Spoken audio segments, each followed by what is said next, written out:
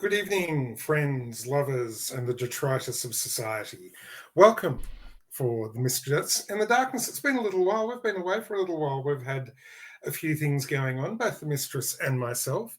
But we're here now, and we thought we would come along and annoy you for another Wednesday evening. And before we get into what we're doing tonight, random fact. If you light your lighter gets lighter to the point where your lighter is so light it won't light. That is very true. That is very true. Thank you very much for that one. Oh my goodness, I never. Yeah. You are most welcome, Mistress.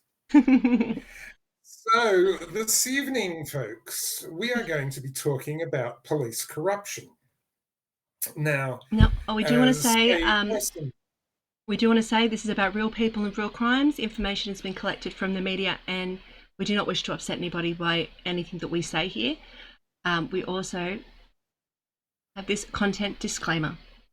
So just making sure that you know that this information was all collected and everything like that. It does not, you can read it. You may continue. Sorry, I had to jump in there. that is okay, Mistress, that is okay.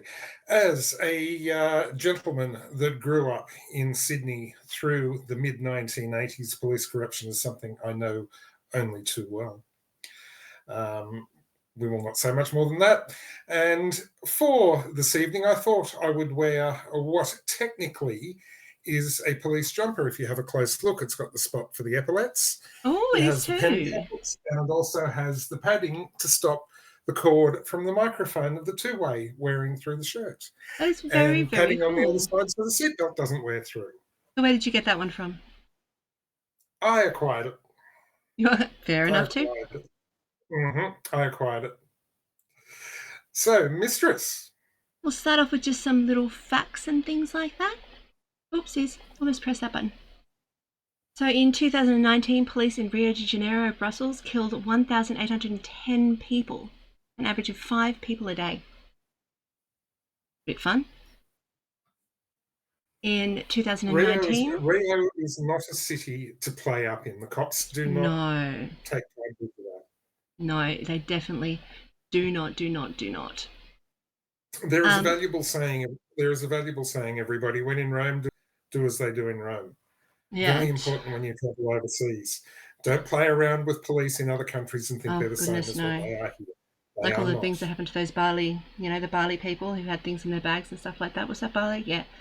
Like, oh, it should be Yep. fine. No, no, it's not. Mm. You have to abide by their rules. In Did you? 2019, oh, sorry. Speaking of, did you hear that Victor has released a new lawnmower? What?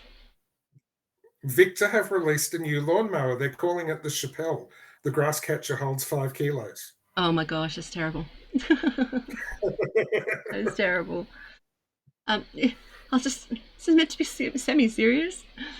In 2019, Kenyan police killed 122 people. Between October 2019 and January 2020, the police in Iraq, just the police in Iraq, we're not going anywhere else, killed 600 protesters. Between 2015 and 2018, over 500 people were fatally shot by police in Jamaica, and over 300 were shot and injured. And around 1,000 people were killed by police in the US every year. So, with any position of authority, it attracts a certain kind of people, but it's hard to get accurate data of what crimes the police have committed because they don't tend to share, they don't tend to publish it. But there was a study that was around between 2005 and 2012 that indicated around 1,000 officers were arrested per year over the 8 years of the data set, and nearly 1,140 arrests per year from 2008 through to 2012. So it doesn't mean that they're getting more violent or anything like that. It just means that they kind of were getting a bit more busted. That's a bit interesting about the different things that, yeah, and that's just kind of the general data that they could gather, because of course they don't have to publish it. They don't have to, they keep it behind closed doors. I'm not saying that all I police are bad or wonder. anything, but I wonder if the police in countries like that wear FAFO patches on their uniform. what's an what's that? Fuck around and find out. Probably with a little like a little monkey going, That would not surprise me in the slightest. Oh, goodness gracious. So, Now, yes, if that didn't encourage you enough to behave yourself while you're overseas traveling, ladies and gentlemen, I don't know what don't will. know what will. Exactly right. Please, please believe me when I say the police in other countries are not the same as what they are here. You cannot get away with shit. No, definitely not. Behave. If you're going overseas, don't do stupid shit. Well, yeah, no, definitely. Don't do stupid shit. That research the countries you're going to before you go there as well. Check on their rules. Check on the how long you can go to prison for breaking them. Some places have rules like don't chew gum. Pay attention. Yeah, so always do the research first. Chewing gum in Singapore can get you into a lot of trouble. That's exactly right. That's the one I was thinking of. And other places, if you Yes, jaywalk, that's a ridiculous crime. And you wouldn't believe that chewing gum could get you 30 strokes of the cane, but it does in Singapore. So sounds kinky.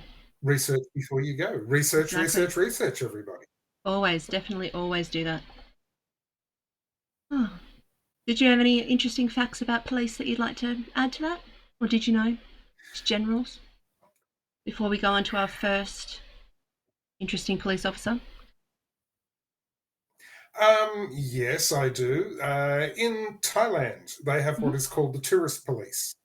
Okay. Now, the tourist police are normally people from overseas, England, United States, New Zealand, Australia, and they're what's called auxiliary police officers, and they don't have the same power as a fully sworn police officer does, Okay. and they don't get paid. They do it for free.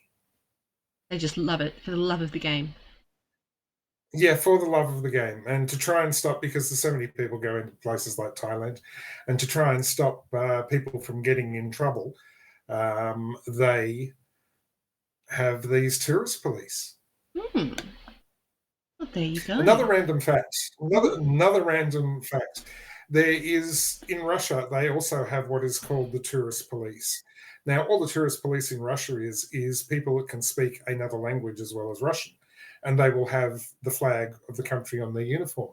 Oh, okay. But so actually, one of the requirements to join that particular unit is you have to be able to do, whether you're a man or whether you're a woman, you have to be able to do 10 push-ups with someone sitting on your back.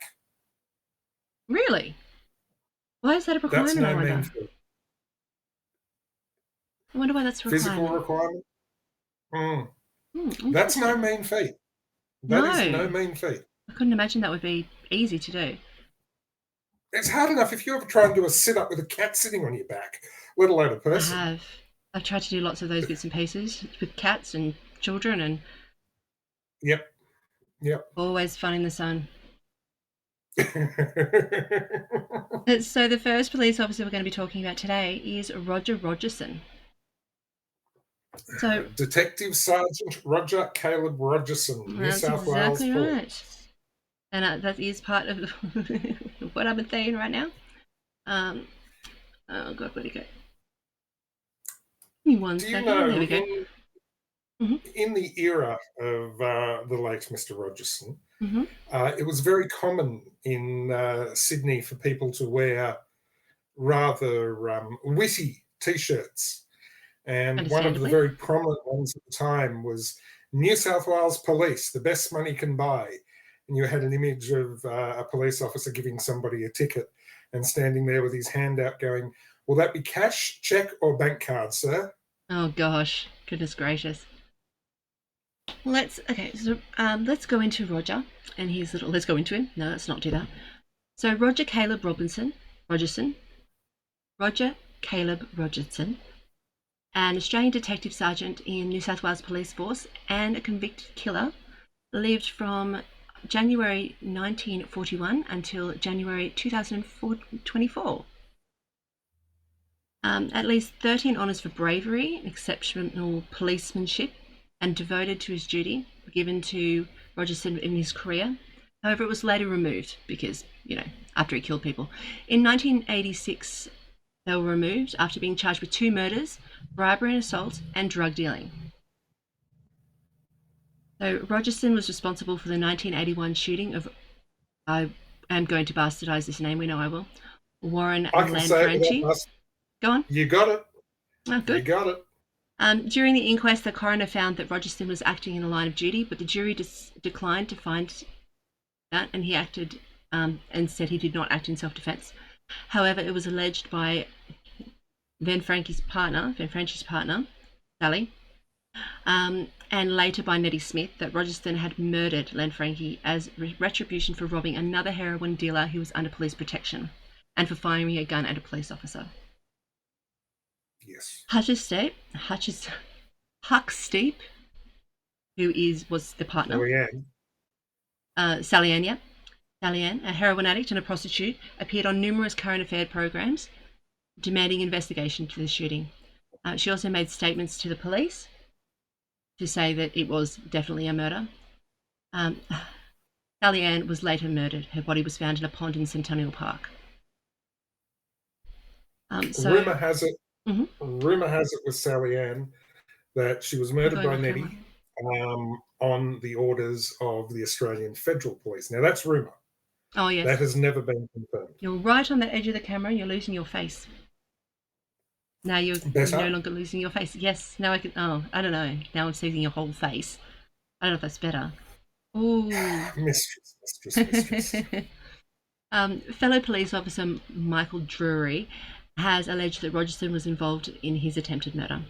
So, jury claims he refused to accept the bribe Rogerson had offered in exchange for evidence tampering in a heroin traffic trial of convicted Melbourne drug dealer Alan Williams. On 6th of June 1984, Drury was shot twice through his kitchen window as he fed his 3-year-old daughter. Rogerson was charged with the shooting, and William testifies that Rogerson and Christopher Dale Flannery had agreed to murder Drury for $50,000 each. However, on the 20th of November 1989, Rogerson was acquitted of that one. Rogerson was dismissed from the police force in New South Wales on the 11th of April 1986, while suspended from active duty since the 30th of November 1984 as a result of the Drury investigation. After leaving the force, Rogerson worked in a building construction, did a whole pile of bits. He went and became an entertainer, telling stories of police activities and a spoken word stage show called The Good, the Bad and the Ugly, with former Australian footballers. There you go. In 1988, Rogerson told the Bulletin reporter that him and other lead detectives fabricated evidence, and they did so because they knew Stewart and Finch were involved and they had insufficient evidence to convict him. So they admitted to fabricating evidence. Fabricating evidence back in that time was nothing new. No, definitely. They did it all the time. There was a very well-known statement that went around at the time. If they picked you up and they couldn't get you for something, they gave you a hamburger with the lot. Oh, yeah, this one. Yeah, they did everything. Hamburger with the lot was resist arrest, assault police, use offensive language. And that would be enough to hold somebody for several days until they went to court. That's terrible. I can attest to various things during this particular period of time. Well, there you go. Considering some of the people that were involved in those things are still alive, we won't go into it. That's a very good idea. Just to, Rogerson was subsequently convicted of perverting the course of justice in relation to a $110,000 deposited to his bank account under a false name. He spent 9 months in jail in 1990 before being released on bail. He spent a further 3 years after he had an unsuccessful appeal. In 17th of January 2005, Rogerson and his wife, Anne, were convicted of lying to the 1999 police integrity. God, I can't even say it. That's how much integrity I have to commission. Rogerson served 12 months in maximum of 2.5 years sentence, and he was released in February 2006. And then he just continued with his entertainment career. In The 27th of May 2014, Rogerson was charged with the murder of Sydney student Jamie Gow, allegedly after a drug deal gone wrong. On January 2015, he and his co-accused Glenn McNamara were committed to stand trial of the alleged murder. On the 6th of March 2015, both of the accused were arraigned at the hearing at the Supreme Court in New South Wales. Both pleaded not guilty, both to the murder and for supplying 2.78 kilograms of ice. Oh my gosh. The men were due for trial in July 2015. On the second day of the trial, it was aborted because of the potential prejudice against McNamara and the then barrister Charles Watershed make a reference to Rogerson killing 2 people or 3 when he was in the police force. They started a new trial in February 2016 and they were found guilty of Gow's murder.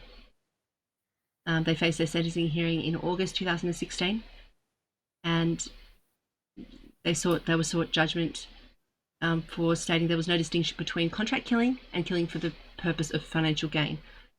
And one detective witness told the Daily Telegraph that it was like tracking the stars of amateur hour regarding the killing.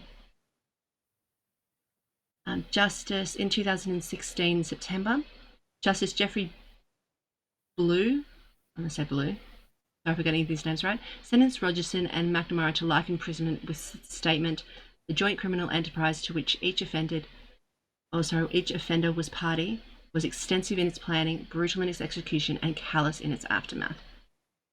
In July 2019, Rogerson's last application for an extension of time was refused by the New South Wales Supreme Court. He lodged another appeal in 2020, which he lost.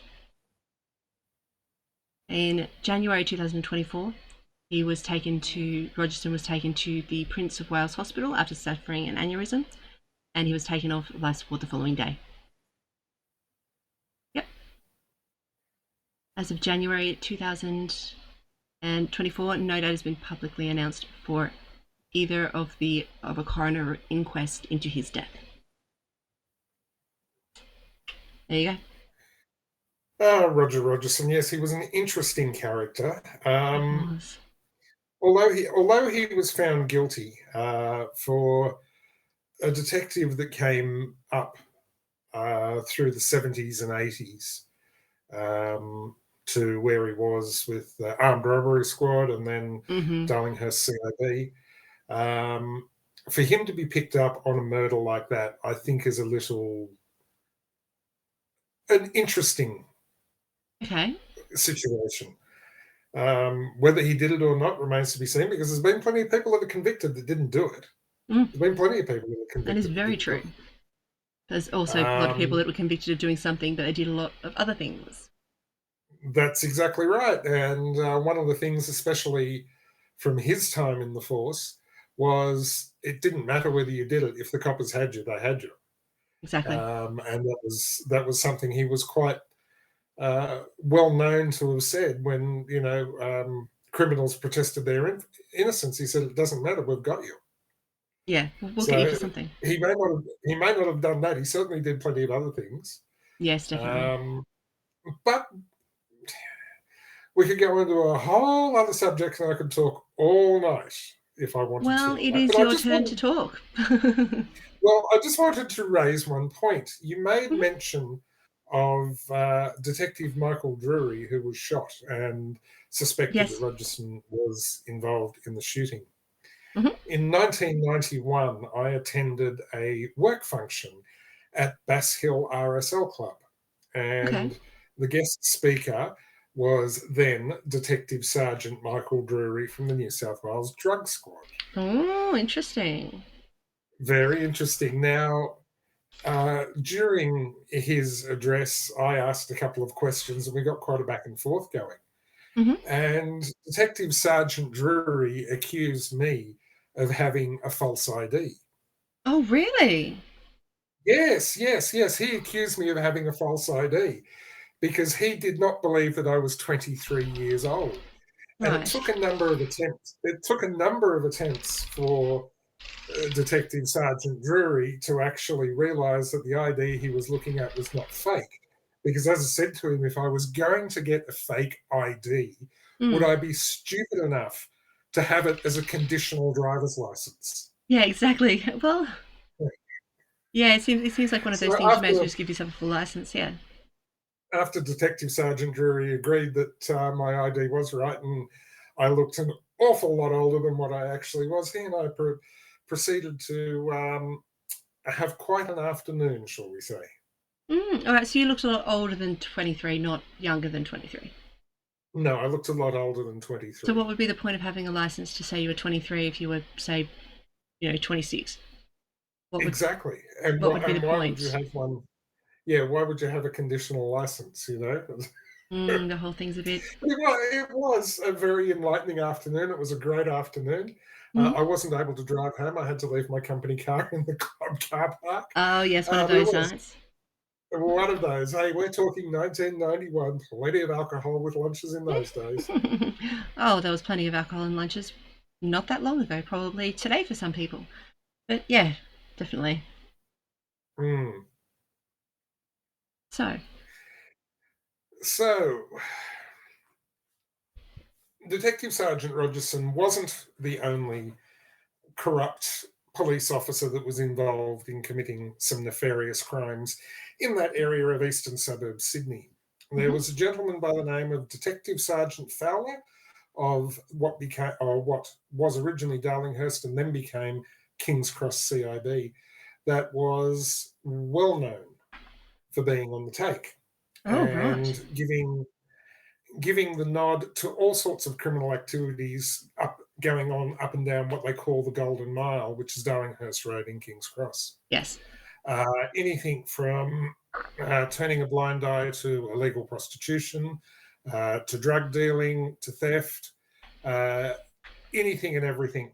Detective Sergeant Fowler had a hand in. Now, this is actually public knowledge. It is actually in the transcripts of the Okay. 1994-95 Wood Royal Commission into Police Corruption, triggered off, incidentally, by a major incident at King's Cross Police Station where a young woman by the name of Kim Hollingsworth, who Mhm. had actually been a stripper and a prostitute in King's Cross, then went and joined the New South Wales Police Academy.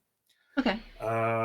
And of course, you can imagine the cat that was set amongst the pigeons by doing that. Ah, yes, And definitely. eventually, she was run out of the police force by on grounds that she actually lied and misled the New South Wales Police on her application to the academy. Oh, Detective really? Sergeant Fowler was actually caught on camera, on a hidden camera in one of the King's Cross unmarked cars, taking a bribe from a detective under his command who had taken a bribe directly from a rather well known businessman in King's Cross at the time.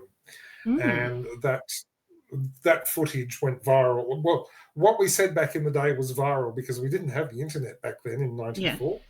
Um, and it was on literally every news, every newspaper, right throughout the eastern seaboard, and occasional mentions Adelaide, Perth, etc. But yes, it was a interesting era um, with Rogerson and Fowler and many of the ilk. Yes, But definitely. but But after these people had their day in the police force, Sydney became a very, very different town. Drug gangs took over, whereas before we had the likes of Neddy Smith and whatnot dealing copious amounts of heroin. Neddy was mhm. quoted as being the biggest drug dealer in the eastern suburbs at one stage. Um, we ended up with gangs running the drug scene in New South Wales and especially in Sydney, and Sydney became exceptionally violent. King's Cross became exceptionally violent. Now, King's Cross had always been the wild part of Sydney, and you Yes. always saw something weird, bizarre, strange, crazy. But once these gangs came on, King's Cross, actually, the strip, the Golden Mile, actually became very, very dangerous. There was a number of shootings up there. People were always being robbed, and it was the beginning of the end for the cross. And of course, Mm. the liquor lockout laws didn't help about 10 years later. And today, King's Cross is a vastly different place to what it was back then. Oh, yes. We don't have the overt corruption like we had back in the day. I am certain it still goes on. Oh, yeah, Very definitely. certain it still goes on. But it's in a slightly different manner these days. Yeah, okay. Now, when you compare apples with apples, when you look at King's Cross of the 70s and 80s compared to King's Cross of the 90s and early 2000s, when would you say was the safer period? When the I would gangs were running certainly it. say I would certainly say when it was in the 70s and 80s, when we had the likes of Rogerson and Fowler, who was coming up through the ranks, and various others that are still around that we cannot mention. Yes. But you could walk down. You could walk down Darlinghurst Road. You wouldn't get mugged. You wouldn't get robbed. You weren't tripping over somebody that was ODing in a doorway. You Yeah. weren't watching where you had to stand because of needles. And heroin was a big problem in Sydney in the 70s and 80s. Oh, I bet. Very big problem.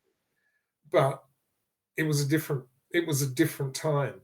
And the city and the people were much safer because of it. Being somebody that has come up, I've got to be very cautious what I say here. I've got to be very, very cautious what I say here. Coming up through this era in New South Wales and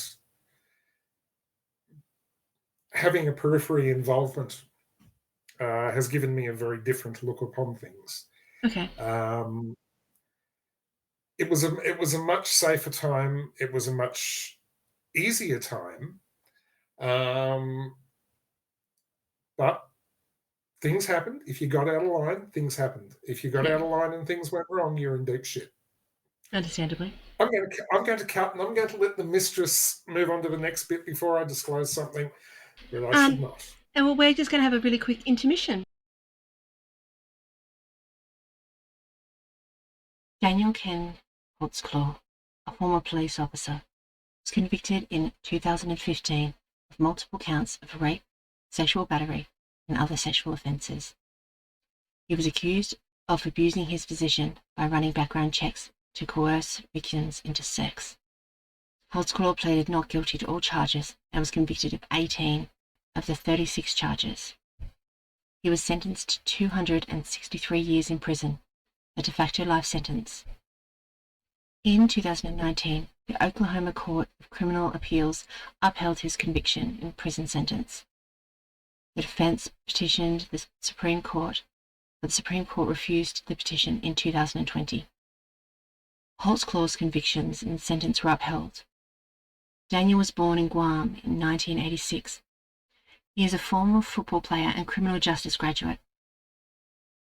He set a school record for 25 tackles and played linebacker in the Eastern Michigan University before joining the police department. Daniel was accused of sexually assaulting multiple African American women between 2013 and 2014, targeting those from poorer, majority of black proportion of the city. Police investigators claimed that Daniel ran background checks on the women with outstanding warrants or other criminal records and targeted those victims. The offence led to Daniel's arrest in June 18, 2014, after he made a traffic stop without reporting it to the police dispatch. The driver was Janine Legons, a 57-year-old woman who testifies she begged Daniel to stop, but was afraid for her life.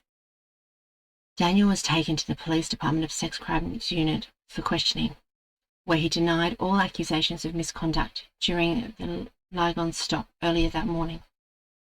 DNA comparison was conducted, and Daniel's commission and entry cards, uniform and pants, badge, firearms assigned to the police vehicle were seized. He was placed in indefinite paid administrative leave.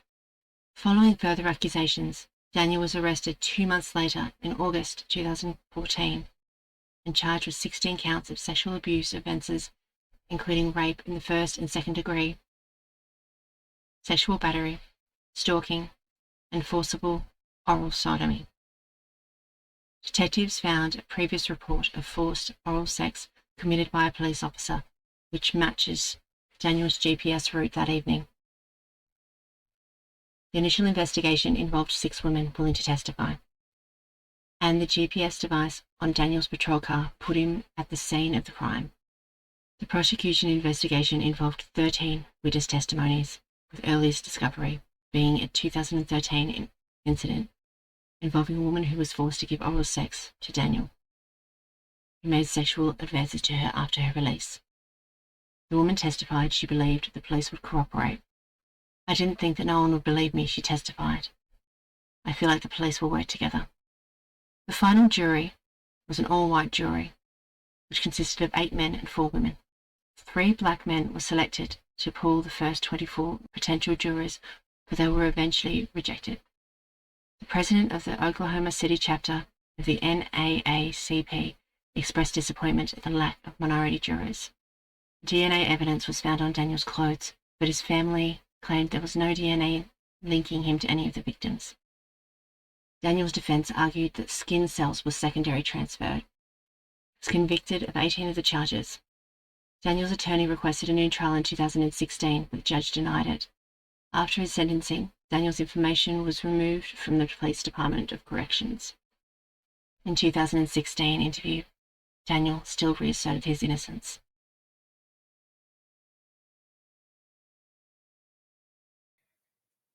Did everyone have a good break there? Hello, everybody. Did you come back? You aren't hiding behind a corner, hiding behind a doona or anything like that. You're back with us, are you? I'm back. I'm right here. Can you not see me? I'm talking to our viewers, my dear. Oh, they should be all wrapped up in the doonas. It's cold here tonight. They should be all like wrapped up in the cozy little hot says chocolates. She in a sleeveless top. Says she in a sleeveless top. I've got the heater on. Yes, so have I. Also, I'm wearing tracksuit pants. So have I. It's not about doing uniform. Fancy up the top, isn't comfy down the bottom. Zoom uniform. Exactly. Well, folks, the image you can see up on your screen at the present point in time is a very stereotypical pre-1900 Tasmania police station. The little building you can see on the left-hand side is the cells, or cell, singular. Oh, yeah, that little thing. I thought it was an outhouse. Yeah, that is the cell. That is the cell. Now, I know this only too well. There is one just down the road from us that still looks almost identical to this, just down the bottom of the hill from where I live. Now, the reason I sort of picked Tasmania Police to have a bit of a look at was, of course, Tasmania, the early years of colonisation in Tasmania. We had so many. We didn't have any free settlers to start with. It was all convict. And they didn't have a police force, and the military who were in charge of looking after all the prisoners couldn't act as both the militia and also the police. So the governor, initially it would have been Governor Arthur Phillip, decided to set up a police force similar to what convicts. And he used to give convicts... We just flashed, sorry. One of my sorry, pages just popped up. Yeah, we right? Yeah, okay. Yeah, it was just an IT issue, but it's all fixed up. It was nice and easy to fix. Yeah, okay, all good. So Governor Arthur Phillip picked his police force from the ranks of the criminals, the better class and the better behaved criminals. Okay. And incidentally, at that point in time, there was no way in the world that Governor Arthur Phillip would have allowed an Irish radical to be part of the police force, because there is numerous Irish political prisoners down at Port Arthur, held at Port Arthur, for rebellion against the Crown. Now, the problem with having convicts as your police force is they tend to work the way they know best, which is graft and corruption. So the police here in Tasmania initially, it was widely known that they would take a bribe if you wanted a particular person assigned to you as a servant. Certainly, that will cost you X. if you wanted an extra certain number of acres on the land grant that the government was going to give you. That was going to cost you Y. Yeah. Here is the list. And Here's your menu of corruption. here, yes, here is your menu. Here is what your tribute will be. Yes. Now, this went on for quite some time, and it actually got to the point where it became so entrenched throughout society down here for a certain period of time that it was even right up into the Parliament. Parliament House down on the waterfront in Hobart. And it even got to the point in the late 1970s. One of the members of Parliament ended up serving 4 years in Risdon Prison for official bribery and corruption Oh, wow. when he was found to have been taking a bribe to look the other way on land development. But this has gone on for so long down here. It did start to change with the establishment of a professional and trained police force. Hmm. The overt corruption that was going on under the colonial police with the convicts as the coppers um, started to become much more underground, shall we say. It still Okay. happened, but it was much more underground. And the image that you can see now is 1890s. That's Hobart Beat in the 1890s. So some of the fine-looking gentlemen that would have been walking around the streets of my fair city What's with the back in the hat day. things? Why does it like? I understand you can't have it there because the choking hazard, but it just seems ridiculous. Especially that one guy goes right through his mouth. You're just holding it Yeah, here. well, look, he was probably drunk when the photo was taken. Let's face it. Probably. Um, You probably thought it yeah, was yeah, funny. yeah. Hmm. Um, but I honestly don't know how they wore covers, as they're called, like they have there. Those typical English bobby hats are quite stupid, although they are made out of timber, so maybe they would have given some protection when if somebody Really? tried to beat them up. But They're made out of coppers back in timber. those days, yeah, made out of timber. Coppers in those days weren't no small people either; they were big guys. So if you were game enough to take on one, you were likely to come off second best. Wow. And we won't say anything more about that. So yes, there is just a little feathering of information about corruption and criminal activity of the convict police force of Van Diemen's Land and then Tasmania. But Definitely. this goes on all over Australia. I've got numerous friends that are coppers and are or were. There's a lot of ex-coppers around where I live. Um, One fellow who was a very good friend of mine, he was a copper in the UK, in one of the provincial forces in the UK. And he was on night shift one evening, and it was very quiet. So he and his colleague decided that they'd go to a pub. Okay. Quite a regular occurrence. That's fine, no problems. So anyway, they come out of the pub and they can't find their patrol vehicle. It is missing. So after a number of hours of trying to sober up and soul searching, they reported the vehicle as stolen. So that's all fine. So they get to work the next day. Both he and his colleague are called into the sergeant's office. Hmm. And the sergeant said, "Oh, your vehicle that was reported stolen last night, Constable. Whoop. Um, Tell me again what happened." And he said, "Oh, so and Hmm. so came out. We called into the pub because there was a disturbance.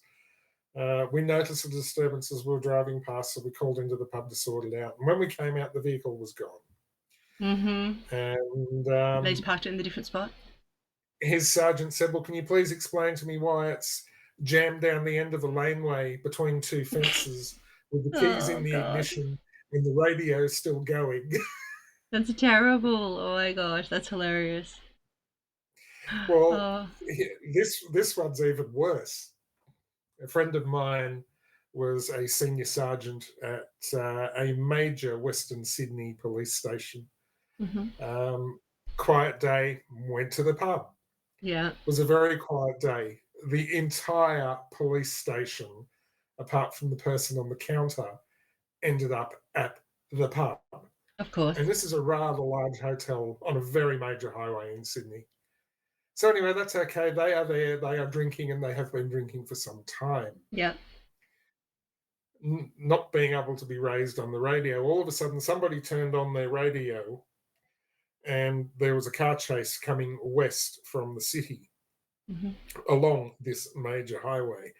So they all decided that they better go and join this chase, seeing that they were close and they'd Oh be able to head no. it all off, which Yeah. was all very well and good. All very well and good. Except when all these drunk coppers jumped in all the patrol cars and headed off, Yeah. they turned onto the highway and were going full speed, lights and sirens into oncoming traffic Jeez Louise. because they were so pissed they couldn't tell they were on the wrong side of the road. Oh no. Oh, that's terrible. Those poor bastards. Oh, goodness gracious. All right, I will give you one personal story about police criminal activity. Okay. So a number of years ago, myself and three other friends, we had been out Saturday evening, tried a number of nightclubs. Absolutely nothing. Dead Saturday night, very unusual for the Sutherland Shire. It was really weird. Bored out of our brains. What are we going to do, boys? And one of them said, why don't we get on? You know, nothing else happening. Let's go and get wasted. Yep, no worries. Okay, so where are we going to score? Well, it's so quiet. Don't know anybody. One of the guys popped up and said, let's go and see so-and-so. I reckon he'll fix us up. No problems. Off we toddle. So-and-so that we went and saw was a serving member of the New South Wales Police, based at King's Cross. Went and knocked on the door. Yeah, what do you want, boys? Yeah, no, what do you need? Yep, here you go. Oh, have you got a bong? Yeah, no, here you go, take mine. It's all good.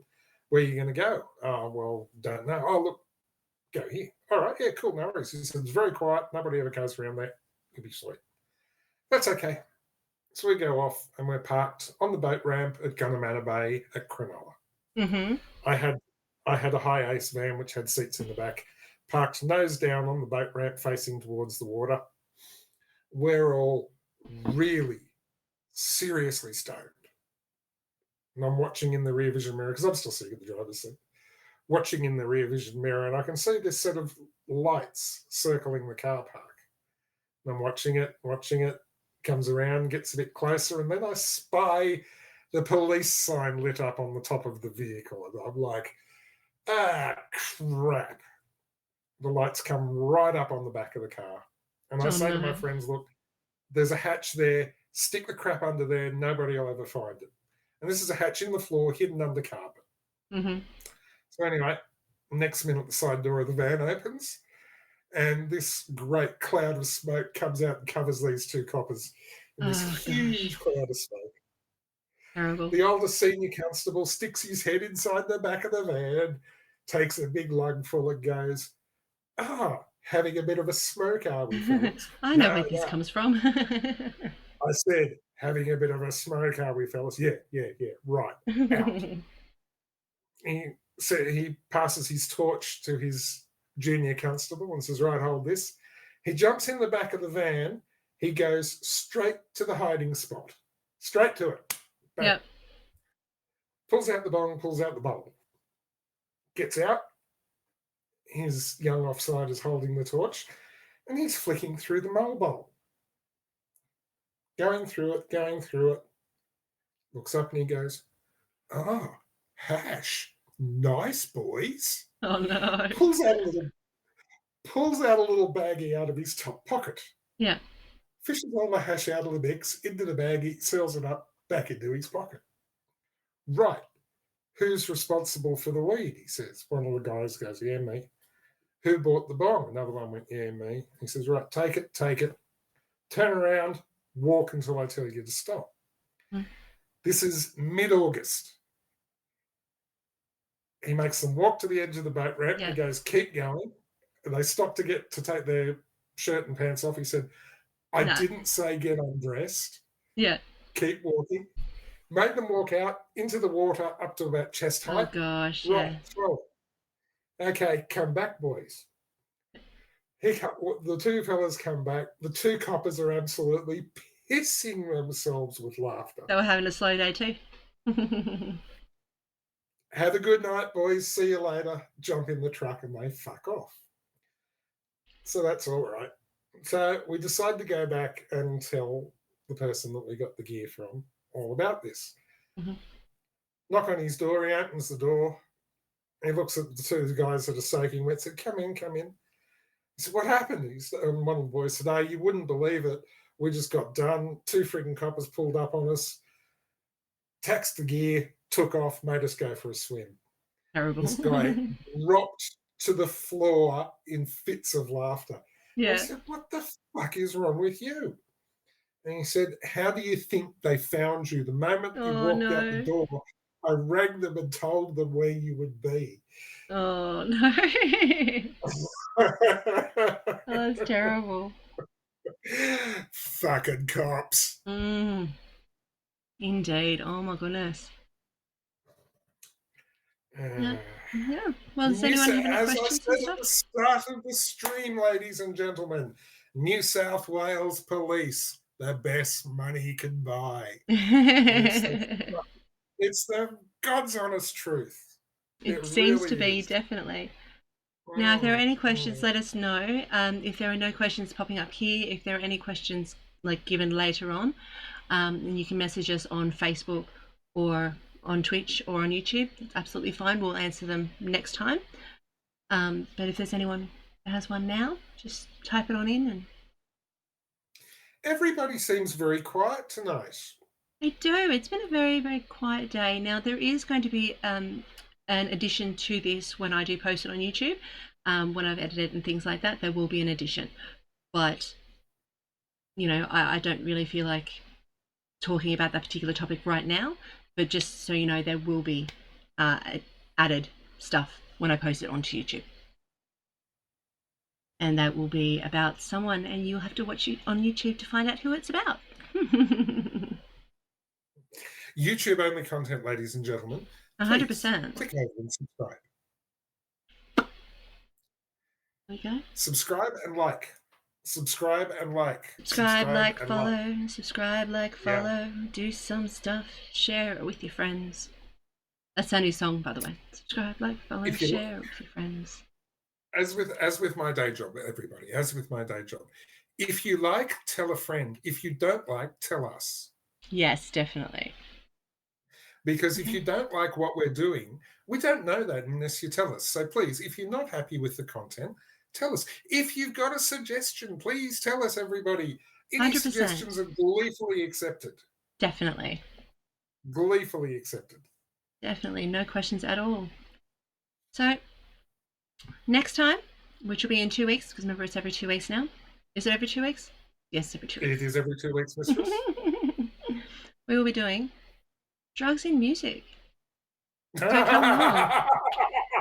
We'll be doing a whole pile of interesting stuff. Before we go, drugs in music. Do you like the picture I chose? A teaser for you for next time, everybody.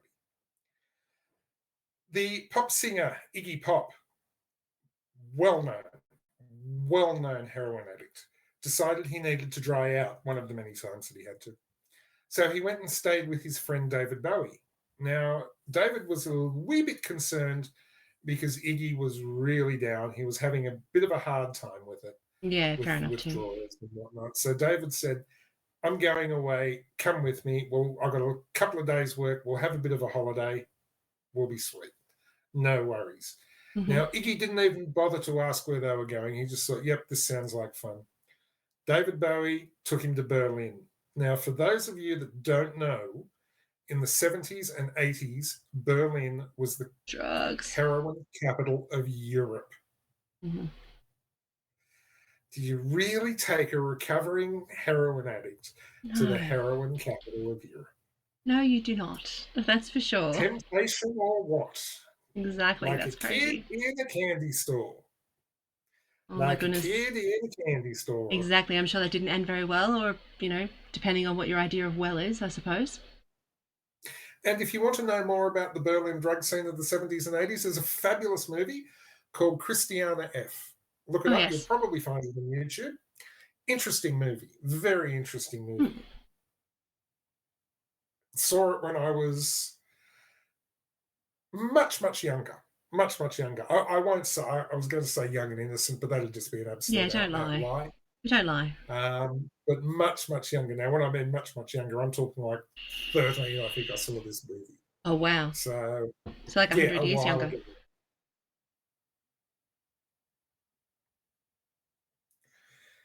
I think what we'll have to call it is PM and AM, pre-mistress and after mistress. That does make sense.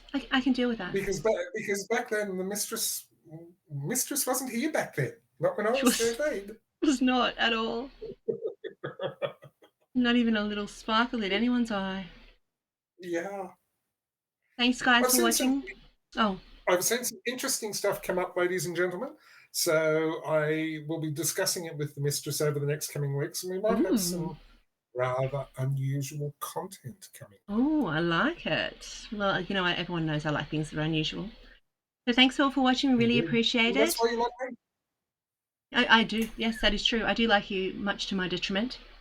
But thanks for watching. Thanks for coming. Let us know how you go. Subscribe, like, do all that kind of stuff, and don't forget to comment on just general stuff. And we will see you in 2 weeks. Join the Facebook page Thank for more you, information. everybody. Thank you for Mwah. coming along. Take care. We'll see you very soon. Bye bye. Much love. Bye.